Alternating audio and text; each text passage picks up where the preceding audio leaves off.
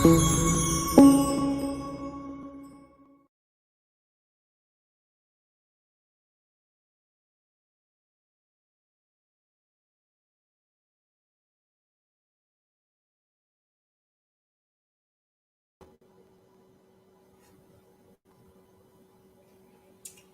everyone. Hope you're doing well. Welcome to another episode of Food is Life, a Real Talk series.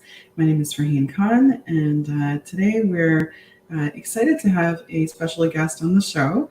But before I introduce him, let me introduce our co-host for the day. Jessica Schellenberg is the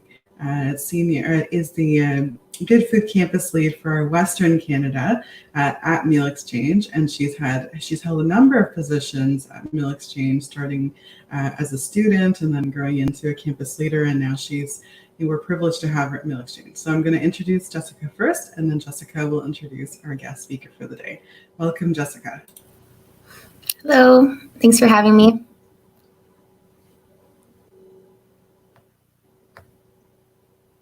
Hi. Hi, can you hear me?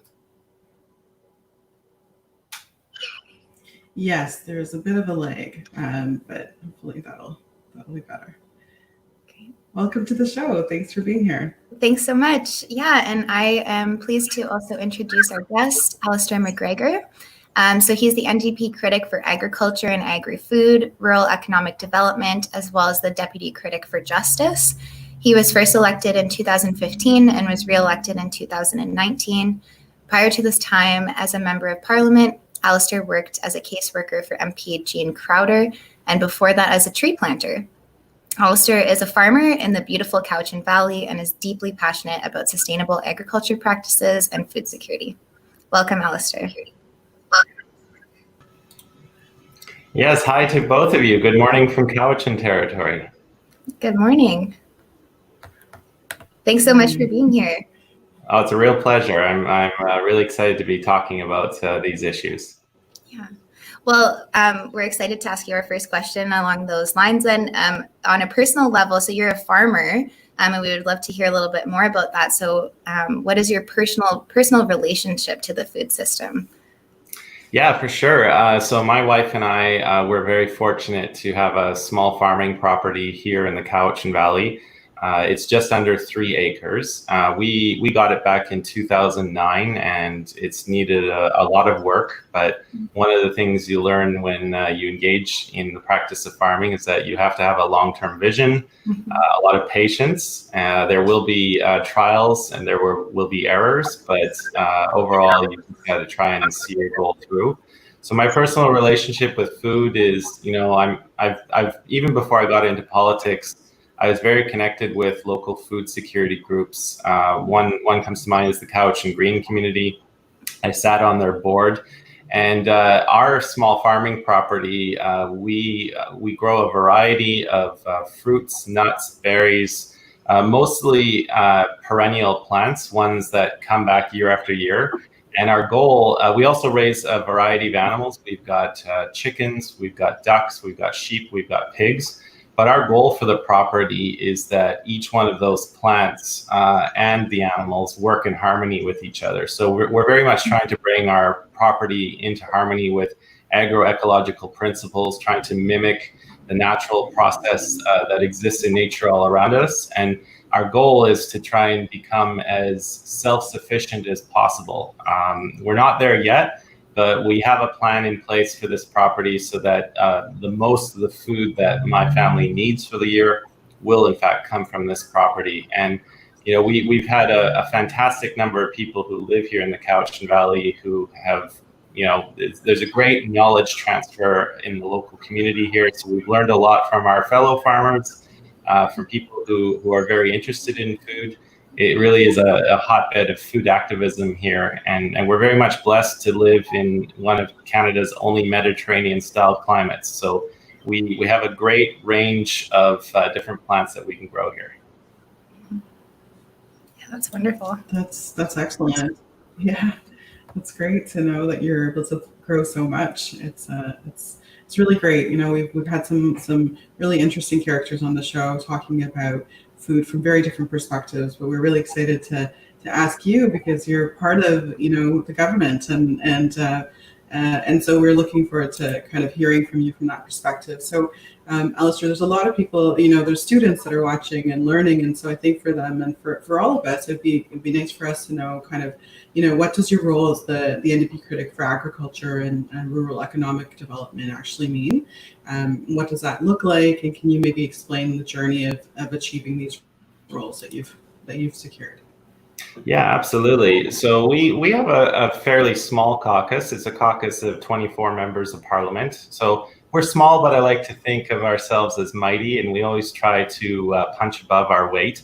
And, because we are a small caucus, sometimes we have some members of parliament who have multiple roles to play. So, for example, I am the main critic for agriculture and agri-food for rural economic development, and I do play that role as the deputy critic for justice.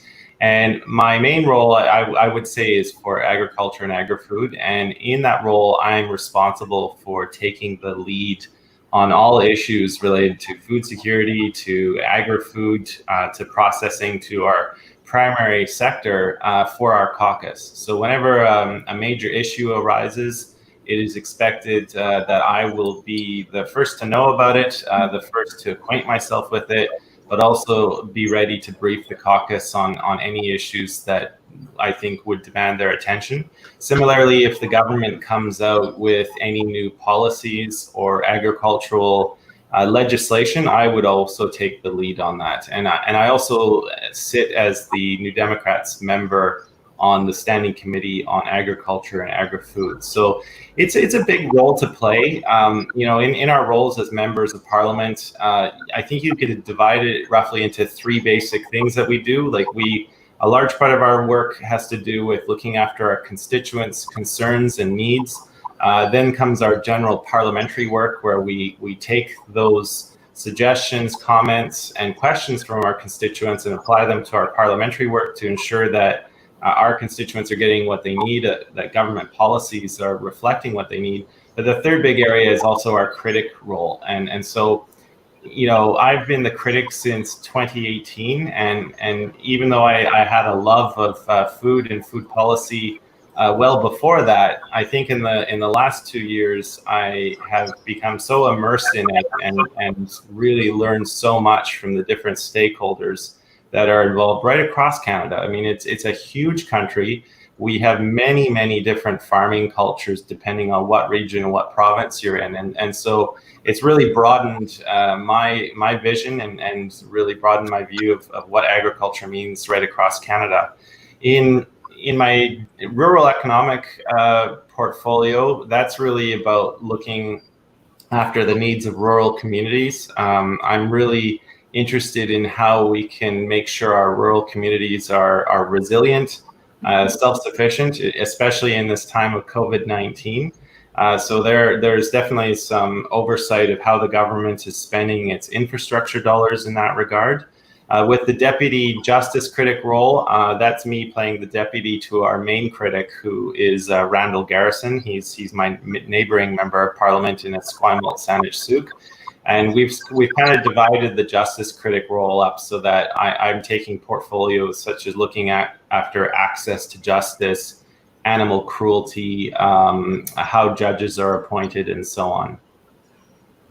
Wow, it sounds like a lot to be working on all at the same time. So yeah, I just want to, say thank you for all the work that you're doing. And something that you brought up was just the diversity around food systems in Canada. And so, in your experience, how do you envision the relationship between politics and food, and what do you see, the role of politics playing in food security? Yeah, I think, and naturally, I guess as a politician, I would say I do believe politics is really important. I would have given that answer even if I wasn't as involved as a politician. I think, the health of our democracy depends on an informed and active citizenry who are pushing their elected leaders to do better and to fully represent their views to make sure that we're getting the policies that we need and that we deserve. And so I think it's important, especially in context of food security and food policy, that people get involved, that because the policies and laws that govern agriculture are quite far-reaching. And if you look at the power that the federal government has, the provincial governments have, if we don't step up and use our voice, use our democratic processes to direct our elected leadership, then we're not going to get the policies that we want. And that's the same with food policy. In agriculture, there are so many different groups involved. Like, you have to look at each farm group. So the dairy farmers are represented, the beef farmers are represented. There's a group for grain growers, for canola, for pork. The entire sector has all of their different stakeholder groups. And so these voices, they are advocating for their particular sector. Sometimes they don't necessarily align in their policy outlook. But if we don't have an informed and active citizenry, like getting involved in the politics of food security, then the only voices that will be heard are those farm groups. And that's not to say that they don't have anything important to say. They do.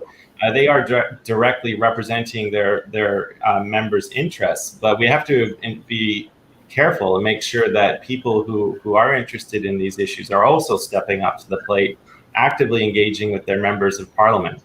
And it's important to have that kind of vision, because if we live in a country that is so blessed with massive agricultural potential, like our ability to produce food in this country is immense compared to what other countries have.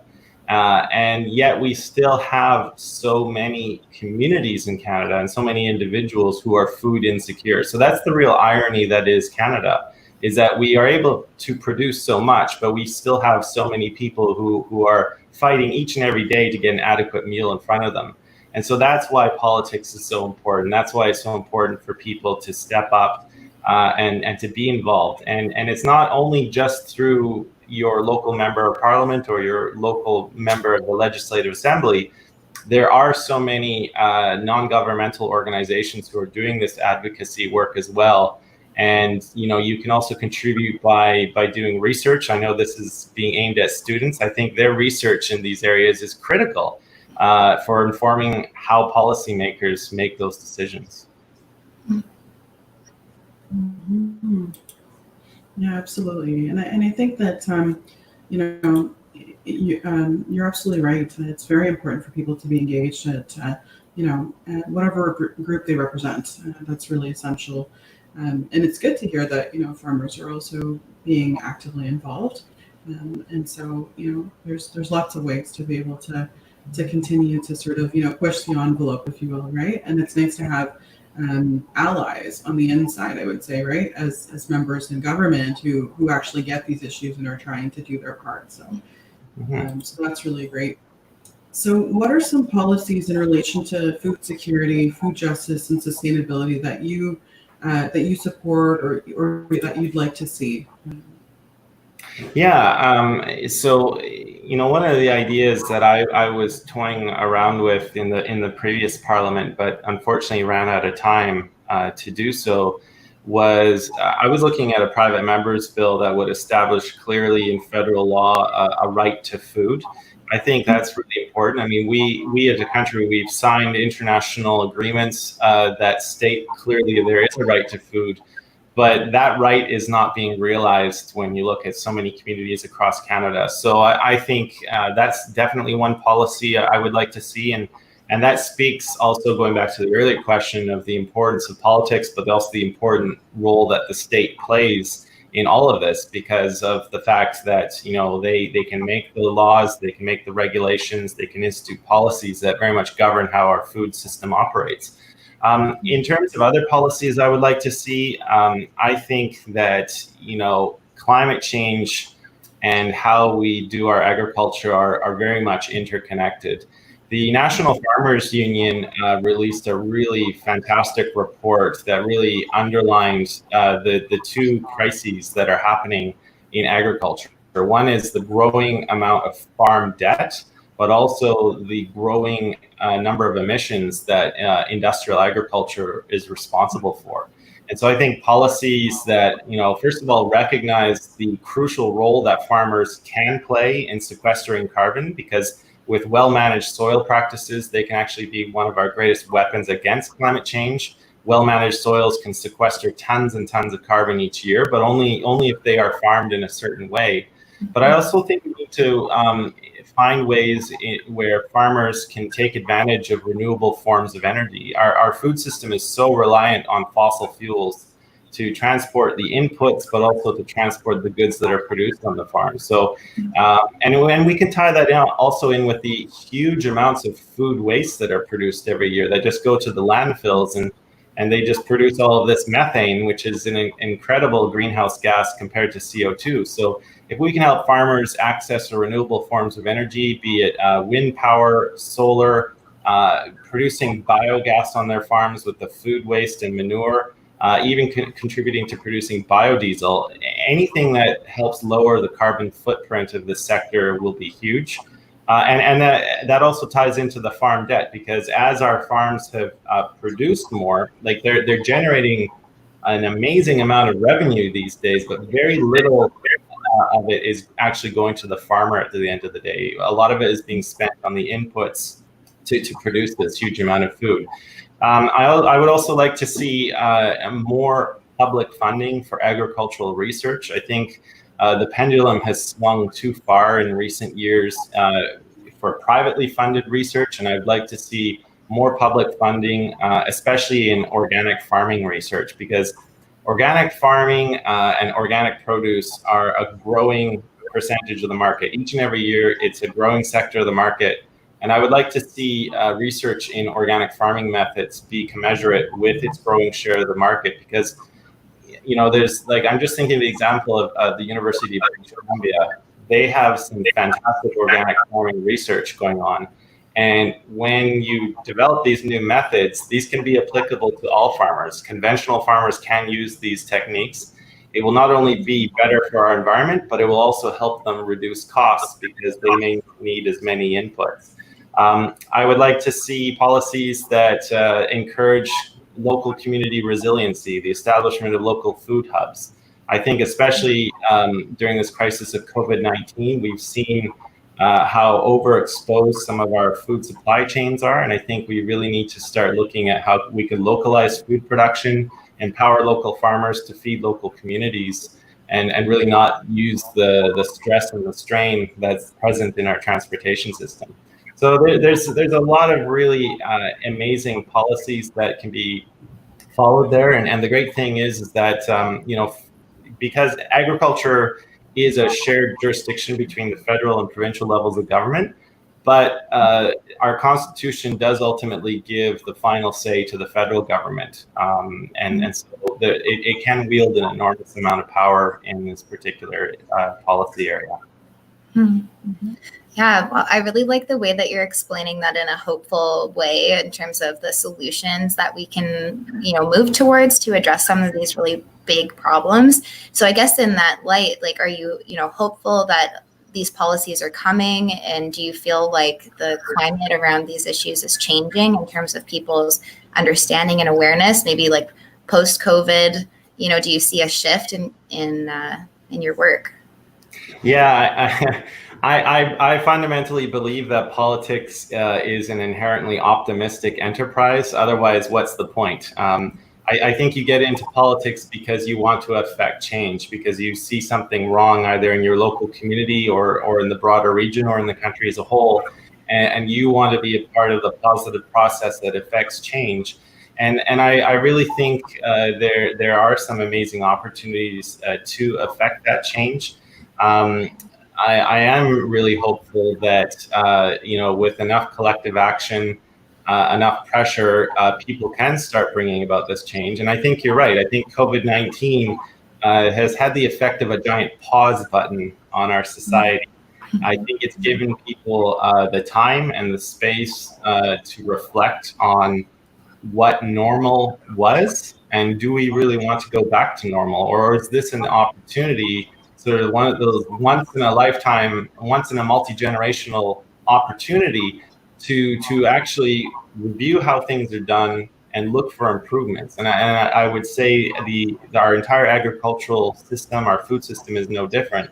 And I'm really encouraged that people are starting to realize that, not only people in my local constituency, but across Canada. And I'm really excited to be putting forward my own ideas on that, taken from what people have written me, what people have said at the Standing Committee on Agriculture. And I'm already starting to work with my staff in trying to translate that stuff into the next policy document that we put on offer as the federal New Democrats. That's great. That's excellent. So as students that are, involved in some of the sort of leadership work on campuses, you can imagine with COVID, things have really shifted, and we at Meal Exchange, in some ways are at a crossroad as well, because we've been doing so much work on campus, advocacy around preparing good food, and suddenly a lot of campuses are shutting down or have limited access for students. So what can students do, in your opinion, when it comes to, or what role can they play when it comes to food and politics as you see it? Yeah, I'm not so old that I don't remember my days at university, and I think students have a very unique role to play in our society. I think by and large they operate sort of as a bridge between two generations. They are at the same time they're studying how things were done. They're looking at how policies were instituted in the past, what those resulted in, and they can clearly identify what the problems are. But more importantly, I think they're learning lessons from those policy mistakes and the consequences that they had. And they're actively researching how we can do things differently. And I think that research, that agricultural research, that food policy research that students are doing, that hopefully some of them will continue, especially if they go into a professional research field, they start working for an NGO or even become a scientist with the federal government. Those that kind of research is so important to guiding how food policy evolves, how it's implemented. And I think, that they play that incredible role. They are in this unique opportunity in time where a student's main job is to study as much as they can, to learn and to apply. And I think for all the students who are watching this, we are at this pivotal moment in time. And we're going to depend on the research that many of you are conducting right at this moment to lead our country through this to a better place. Not only our country, but so many countries around the world. And I think, I tip my hat to you. I think you've got an incredible opportunity before you at really revolutionizing how we do things. Yeah, thank you for that. And I guess something coming to mind is what types of research do you think are lacking right now? Like, what would be an area, maybe going back to the problems, maybe going back to the solutions, but do you see a gap in research right now that could be a specific thing for a student to go about, or is it just, the entirety of the food system and its sustainability that needs to be reviewed? And yeah, it's a tough question to answer. The research fields in agriculture and food policy are there's a huge variety, a huge spectrum that can get into it. But I think, right off the bat, looking at ways that we can reduce food waste is a huge one. Our country wastes billions of dollars of food each and every year, food that could have gone to feeding people if it had been distributed in a proper way, but now is just basically going to the landfill. And so we want to make sure that our farmers' efforts are made efficient, that the food they are growing is actually going to people that need it. And I think, as I mentioned earlier, climate change, it's hard to keep track of just how immense this problem is and will be for this century, especially in the midst of COVID-19. We've kind of been thrown off track a little bit by the acute needs of this crisis. But make no mistake, climate change is ongoing. It is the defining issue of the 21st century. And the steps that we take to tackle it in this next decade are really going to determine how we are going to live on this planet for generations to come. And a large part of the solution is really going to be in how we grow our food, how we transport our food. And so I think that area of research is going to be a really key thing. Absolutely. Okay, great. Well, yeah, no, it's always good to know specifically what students can focus on and what role they can play. So we appreciate that. So we're almost out of time. Do you have any sort of last minute thoughts that you want to share with the audience? Yeah, I think, well, first of all, I just appreciate everyone's interest in this. And, I salute what people are doing. I think that, food policy is incredibly important. The one common thing every human being has is that we all need to eat to survive. It is the great uniter. No matter what your background is, we all need to eat. So that is food. I think can be a unifying force. The way we think about it, the way we think about policies related to it. And I think it's one of those sort of sleeper issues that hasn't gotten the attention that it deserves. But I'm really excited about it. I'm really excited by the ideas that are coming forward. And I'm really looking forward to working with many people in the sector in the year ahead, hopefully the years after that, in making sure that we actually have federal food policy that reflects where we need to go as a country. Yeah, it's really cool. I agree, obviously, that food is just this beautiful way for us to connect with each other. And I always felt the same way, is that, you can, even if you have a hard day and you're pushing for policy and you're, looking through some of the things that aren't so positive, you can come home and share a meal with your family and feel really good about that. So it reminds you why you're doing the work. So yes. Thank you for that. Yeah. Excellent. Well, thank you again for being on the show today. We really appreciate your time and all the energy that you're putting, the passion that you bring to the work. And, it's really great to know that we've got such a great ambassador and ally in the government around these issues. So thanks so much. And hopefully we'll have a chance to see you again. Oh, yeah, no, thank you. It was a real pleasure to join both of you. And thank you for promoting this on your show. I think this is a great format. And I've seen the previous interviews you've done. So thank you so much. It was a real pleasure to be a part of this. Thanks. Take care. Okay. Thanks so much. Yeah, bye. Bye. Well, Jess, that was great. Thanks so much for being, for co-hosting that discussion. Such a great perspective to have. Yeah, it was great, in tandem with all the other discussions that we've had, and to have someone who's speaking to a political sense. And again, it's just all about how different aspects of food that we can connect on. And this is another one of them. So thanks for having me. No problem. Thanks so much. Hopefully we'll bring you on the show again soon. Sure. Bye. Bye. Well, that brings us to the end of our show today, everyone. Thanks again for watching. We've had such a great journey with all of you, talking to such interesting and really incredible people, doing their part in the food system and trying to make change happen. We also, as you know, with Meal Exchange, are continuing to support students across the country during this COVID-19 pandemic. And so if you're able to make a donation, please consider doing so at the link below, goodfoodnow.ca. And next week, we're going to be having another interesting, actually, we'll have two guests on the show speaking about migrant workers and some of the challenges that they've been having. So I'm looking forward to having that discussion with you as well. So until then, take care and see you soon.